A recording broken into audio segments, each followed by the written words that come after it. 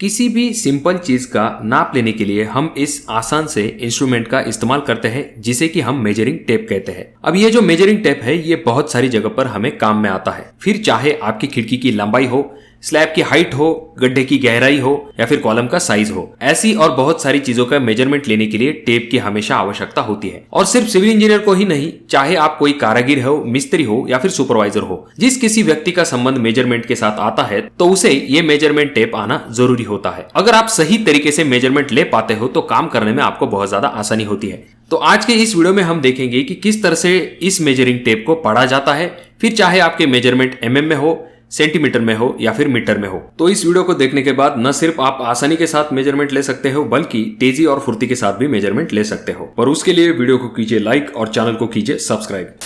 तो सबसे पहले हम समझते हैं कि टेप के ऊपर फीट कहां पर होते हैं और इंचेस कहां पर होते हैं। यहाँ पर ये जो नजदीक में आप नंबर्स देख रहे हैं ये हमारे सेंटीमीटर्स है, यानी कि इसी लाइन पर आएंगे हमारे mm, सेंटीमीटर्स और मीटर।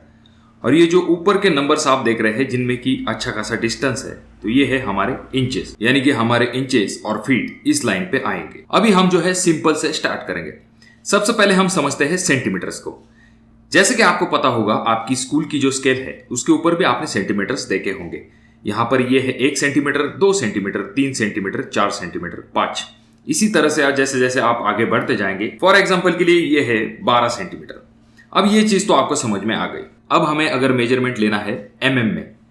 अब जब भी आपको कोई भी चीज बहुत ही छोटे प्रमाण में चेक करनी होती है और बहुत ही एक्यूरेटली, तो हम जो है mm का इस्तेमाल करते हैं, यानी कि मिलीमीटर का। अब 1 सेंटीमीटर जो होता है उसमें 10 mm होते हैं। अब जैसे कि आप यहां पर देख पा रहे होंगे 1 2 3 4 5 6 7 8 9 10, तो कुछ इस हिसाब से 10 mm जो है वो 1 सेंटीमीटर में होते हैं।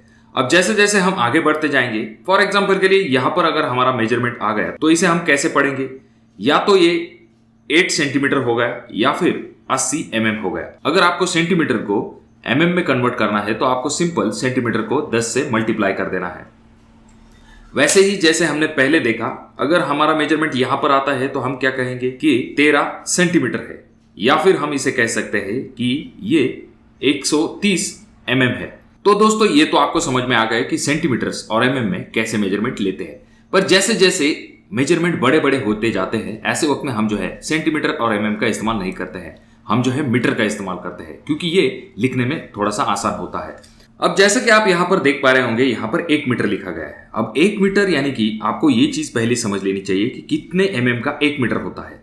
तो 1000 mm का 1 मीटर होता है। जैसे कि आप यहाँ पर, और या फिर 100 सेंटीमीटर का 1 मीटर होता है। जैसे कि आप यहां पर देख रहे हैं 90 सेंटीमीटर, यानी कि इसका मतलब होगा ये है 900 mm। उसके बाद 910, 920, 30, 40 ऐसे करते करते यहां पर 990 और यहां पर हो गया 1000 mm।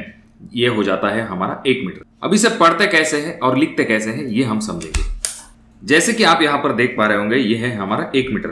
पर क्या हो अगर हमारा मेजरमेंट यहां तक आ जाता है तो हम इसे किस तरह से लिखेंगे? तो हम इसे लिखेंगे 1.100 मीटर, या फिर हम इसे डायरेक्टली 1.1 मीटर भी लिख सकते हैं, पर ज्यादा एक्यूरेसी आने के लिए।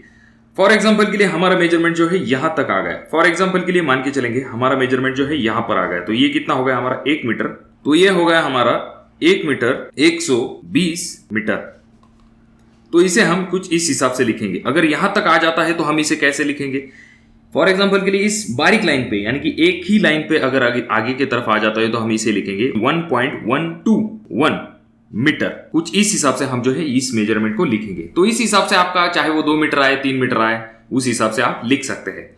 अब यहाँ पर मैं आपको एक आसान सी ट्रिक बताता हूँ। जितना ज्यादा आप मेजरमेंट लेंगे और उसे नोट डाउन करने लगेंगे, यानी कि जितनी आपकी प्रैक्टिस होगी उतना ज्यादा आपको फायदा होगा। इसका दूसरा फायदा यह होगा कि न सिर्फ आपको टेप समझ में आएगा बल्कि आपको कन्वर्जन भी जल्दी समझ में आएगा। ऐसी बहुत सारी चीजें समझने में आपको बहुत ज्यादा आसानी होगी। और यहाँ पर यह चीज समझ लीजिए कि जो mm, सेंटीमीटर और मीटर में जो मेजरमेंट होते हैं वो एकदम आसान होते हैं अगर हम कंपेरिजन करेंगे फीट और इंचेस से। एक तो ये रीड करने में आसान होते हैं, दूसरी चीज इनका कैलकुलेशन करने में भी आपको ज्यादा दिक्कत नहीं होती है। तो इसीलिए हमने शुरुआत में इन तीनों चीजों को देखा है। अगर आप जानना चाहते हैं कि किस तरह से फीट और इंचेस में मेजरमेंट टेप पढ़ते हैं तो इसके बारे में अगर आप कमेंट करते हैं तो हम वीडियो बनाने की जरूर कोशिश करेंगे। और अभी तक आपने चैनल को सब्सक्राइब नहीं किया दोस्तों तो कैसे चलेगा, चैनल को जरूर सब्सक्राइब कर दीजिए और इन तीनों वीडियो में से कोई एक वीडियो आपके खास करके काम में आ सकती है।